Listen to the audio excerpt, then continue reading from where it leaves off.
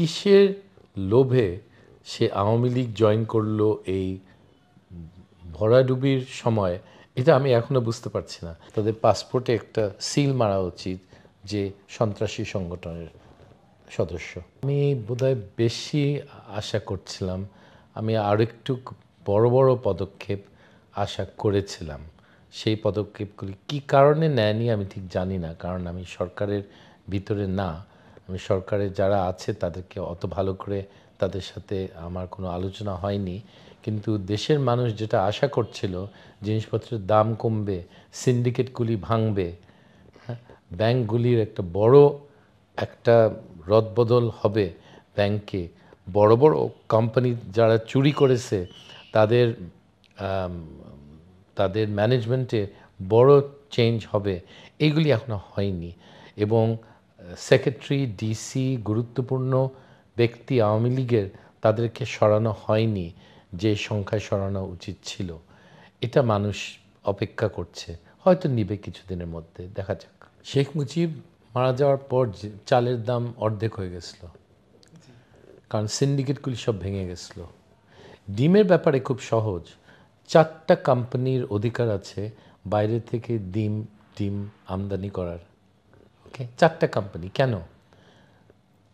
এই আমদানি লাইসেন্সের সিস্টেমটা বাতিল করে দেওয়াটা এই সরকারের একটা জরুরি কাজ ছিল, তারা করেনি। কি কারণে করেনি সেটা আপনি জানেন আমার চেয়ে ভালো, আমি জানি না। আমি যদি উপদেশ দিতাম, বলতাম এইসব ইমিডিয়েটলি এইসব আমদানি লাইসেন্সের সিস্টেমটা বাতিল করে দেওয়া। যেই দামে পারো তুমি দেশে আনো, বিক্রি করো, ব্যবসা করো। ছাত্রলীগকে নিষিদ্ধ করার একটা সন্ত্রাসী সংগঠন হিসেবে ভালো যুক্তি আছে। তারা সন্ত্রাসী, তারা খুনি, তারা সন্ত্রাসী। আওয়ামী লীগকে নিষিদ্ধ করারও সেটারও যুক্তি আছে। এটা কোর্টে গিয়ে এটা যুদ্ধ করার মতো প্রচুর কথা আছে।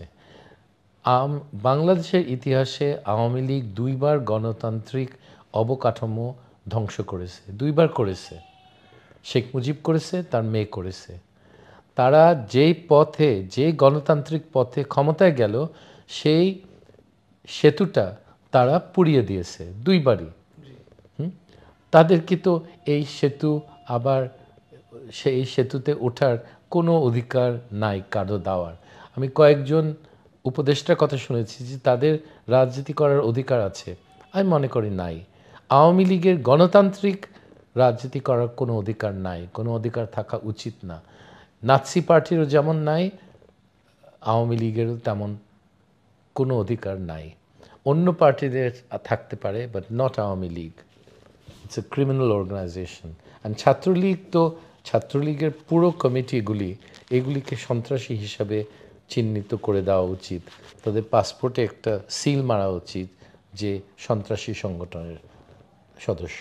আমি সাকিবুল হাসান পুরো পৃথিবীর ক্রিকেট বিশ্বে সে একটা সুপারস্টার আছে, ছিল এবং থাকবে ভবিষ্যতে। কিন্তু দেশে সে ঘৃণিত হয়ে গেছে। কিসের লোভে সে আওয়ামী লীগ জয়েন করলো এই ভরাডুবির সময়, এটা আমি এখনও বুঝতে পারছি না। তার কি টাকার খুব অভাব ছিল? মনে হয় না, তার টাকা পয়সা যথেষ্ট ছিল। কিসের লোভে? সম্মান পেত?